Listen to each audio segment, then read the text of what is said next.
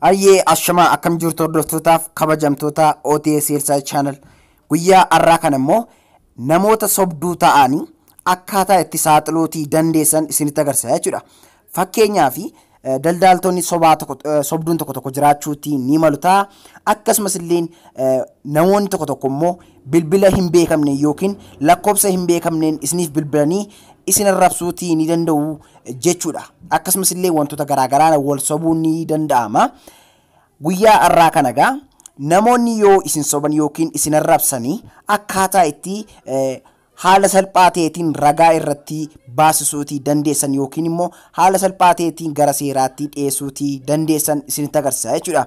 Akkamitti kan jedhuu fi fakkeenyaaf namni tokko bilbilee yoo wayi tokko isinii walii wajjin walii galee kaffaltii isin kaffalchiise wanta sana deebi'ee hin jenne hin hojjenne jedhee yoo kaade jechuudha. Akkaataa inni wanta inni haasa'e sana hundayyuu itti rikardi gootanii ragaa tokko malee isa dhiisisuutii dandeessan isinitti agarsiisa jechuudha. Kanaaf hanga xumuraatti viidiyoo kana addaan kutiin daawwadhaan isiniin jedha hordoftoota tiyyaa. Guyyaa har'aa kana immoo gara chaanaalii kootti kan dhuftan yoo jiraattanii baga nagaan dhuftan anaa dhufu isiniin jedheera. OTS Sales kan jedhu subscribe gochuudhaan akkasumas illee mallattoo bilbilaa kan fuulduraan jirtu cuqqaasuudhaan viidiyoon isiniif gadhiisu hundi isaa anytime akka noofiin isin qaqqabu godhachuutii ni dandeessuun isiniin jedha hordoftoota tiyyaa. Applicationii wayiiti jira jechuudha. Kana hunda yoo jechuudhaa fi applicationii kun isin barbaachisa jechuudha.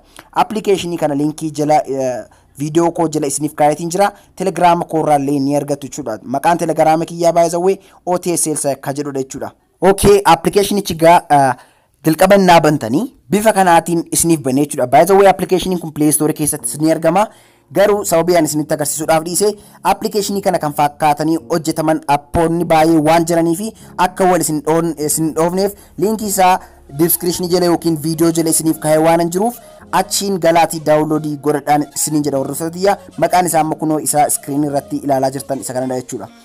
Okay, jalqaba applicationii kana akka bantanii kunoo I agree ka jettu ishee kana cuqaastu jechuudha. Saniin booda get started ka jettu kana cuqaasuutii qabdu jechuudha. Amma applicationiin kun sirriitti dhibbaaf dhibbatti kan hojjetudha. Aappii kanatti fayyadamtanii gaa akkanumaan isinitti himee namoonni tokko yennaa isaan isin arrabsanii yookiin isin sobanii qaxixaa yeroo sana rikaardi gootanii kaa'achuutii ni dandeessu jechuudha. Kanaaf amma bifa kanaatiin erginni gara kanaa isin fidee kunoo grant kan jettu addunarra ni cuqaastu jechuudha. Grantii kana akka cuqaastanii allow ni jettu allow jettanii bukkee darbitu jechuudha. Ammas grantii kan jettu ammas erga deebitanii ni cuqaastu achi booda kunoo kana isin gaafata okay ni jettu jechuudha. Achi booda erginni gara kanaa isin fidee kunoo kana barbaadu jechuudha. Call recordii kan jettu ishee kana barbaadanii onii gochuutii qabdu jechuudha. Kana naasin onii gootanii gara boodaa deebitu. Achi booda innaa gara boodaa deebitanii bifa kanaatiin isiniif banaa jechuudha. Achi booda okay kan jettu kana cuqaastu. Amma wanti hundumtuu xumurameeti jira jechuudha. Amma wanti isin gootanii osoo applicationii kanatti hin fayyadamiin dursatanii jechuudha. Yeroo kamitti wanti hundisaa ready ta'e akka inni isiniif taa'uuf jechuudha.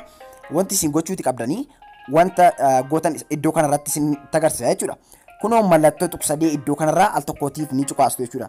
Mallattoo tuqsadee kana innaa isin cuqaastanii call recording kan jettu ishee kana keessa seentu jechuudha. Kana keessa innaa isin seentanii gara kanaa isin fida erginni gara kanaa isin fide action kan jettu kana ishee kana cuqaastu jechuudha. Amma iddoo kanarratti filannoo baay'eetti qaba jechuudha. Filannoo inni qabu keessa record only contacts kan jettu jirti. Record all accept contacts kan jettu ishee kana jirti jechuudha.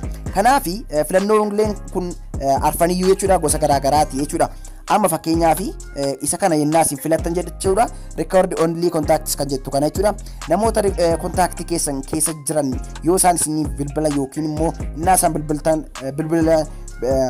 isaan bilbiltan qofaa rikardii isiniif godha jechuudha. Inni kun immoo jechuudha hunda isaayyuu rikardii isiniif godha jechuudha. Kanaaf rikardi oolettanii yoo keessanii gaariidhaan isiniin jedha hordoftoota tiyyaa. Kunoo akkuma gartanii iddoo kanarratti jechuudha. Ofii keessanis yennaa achi ol bilbiltanii rikardi akka isiniif godhu godhachuutii ni dandeessu jechuudha. Kana godhachuuf egaa kunoo rikardi all kan jettu jirti. Do not record kan jettus ni jirti jechuudha. Kanaaf kara lamaan keessaa kan fedha keessanii filattu jechuudha. Amma inni kun gara akka kanatti dhuma fedha keessaniin irra kaa'atte jechuudha. Amma iddoo kanarratti wayii tokkotu jira jechuudha. Baay'isa wayii kun isiniif galaan jirtu yoo ta'e kunoo tuqsadii kana cuqaastu achi booda kana innaa cuqaastanii gara kanaa isin fida. Inni kuni auto recording kan jettu ishee kana jechuudha.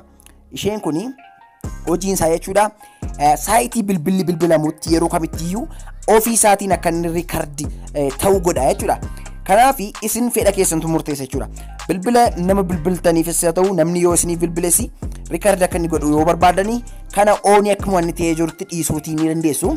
Garuu nama rikardi gochuuti barbaada yookiin nama shakkitan nama isin arrabsu filattanii kan fedha keessanii ofaa rikardi gochuuti yoo barbaadanii kunoo kana ofii gochuuti qabdu jechuudha. Kanaaf ishee kana ofii ennaa isin gootanii bifa kanaatiin okay jettanii bukkee dabartu jechuudha. Amma ofii ta'eeti jira. Ofii ta'ee jira jechuun rikardiin godhu jechuu miti. Amma kana keessaa ba'ee jechuudha. Haala ittiin appilikeeshiniin kun yennaa bilbillu maal akka ta'e isinitti agarsiisa. Keenyaaf yennaa bilbiltanii bifa kanaatiin bilbiltu jechuudha. Yennaa bifa kanaatiin bilbiltan fakkeenyuma isinitti agarsiisuudhaafan lakkoofsa hin beekamne bilbileetiin jira. Amma yennaa bilbiltanii namni tokko akkuma isin duukaa haasaa jirtaniin arrabsoo jalqabee jennu yookiin immoo wayii tokko wanta barbaachisaa ta'e tokko haasee booda akka inni nan somne nan shakka yoo jettanii wanti isin gochuuti qabdan jechuudha. Kunoo iddoo kanarra jechuudha. Click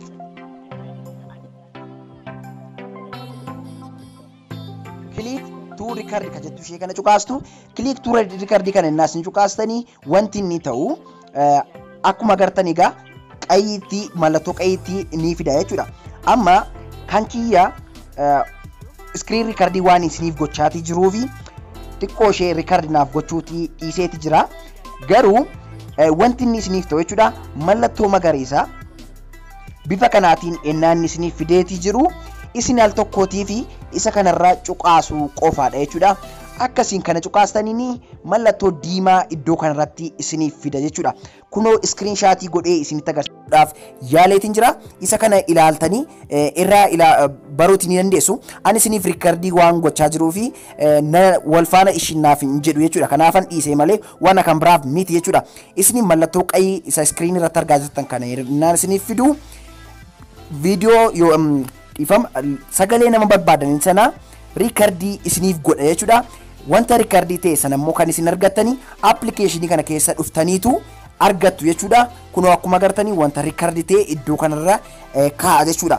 Akka iddoo kanarra isiniif kaa'ee fi wanti isin riikardii gootan sun baay'ee impoortaantii yookiin isin barbaachisa yoo ta'e akka xiqqoo ishee kana gadi qabdaniini wanti inni isiniif fidu impoortaantii kan jettu jira jechuudha. Achi booda save as important kan jettu kan innaa isin cuqaastanii kunoo save to important isiniin jedha. Achi booda gara harka mirgaatti innaa isin dabartan bifa kanaatiin isiniif kaa'eetii jira. Wanta sana dhaggeeffachuu save gochuu namoota biroof illee share gochuu gara mana seeraa deemtanii illee agarsiisu wantoota barbaadanitti fayyadamuuti ni dandeessu jechuudha. Akkuma screen irraa argaa jirtan egaa haalli itti fayyadaman isaa haala kanadha jechuudha. Kanaaf egaa wanta kanarraa xiqqoo ishee akkasii waa barattan abdii nan qaba. Yeroo ta'an immoo kan kana caalaa bareedu waan ajaa'ibaa wanta kan biraan isiniif qabadhee dhufa. Ammas nagaan naaf tura isinin jaalladha. Yaanni keessan na biraa hin citiin isinin jedha. Viidiyoo kana illee akkasumas immoo nama dabaraa akka ga'uu fi like share gochuun na deeggaraa isinin jedha. Ciao.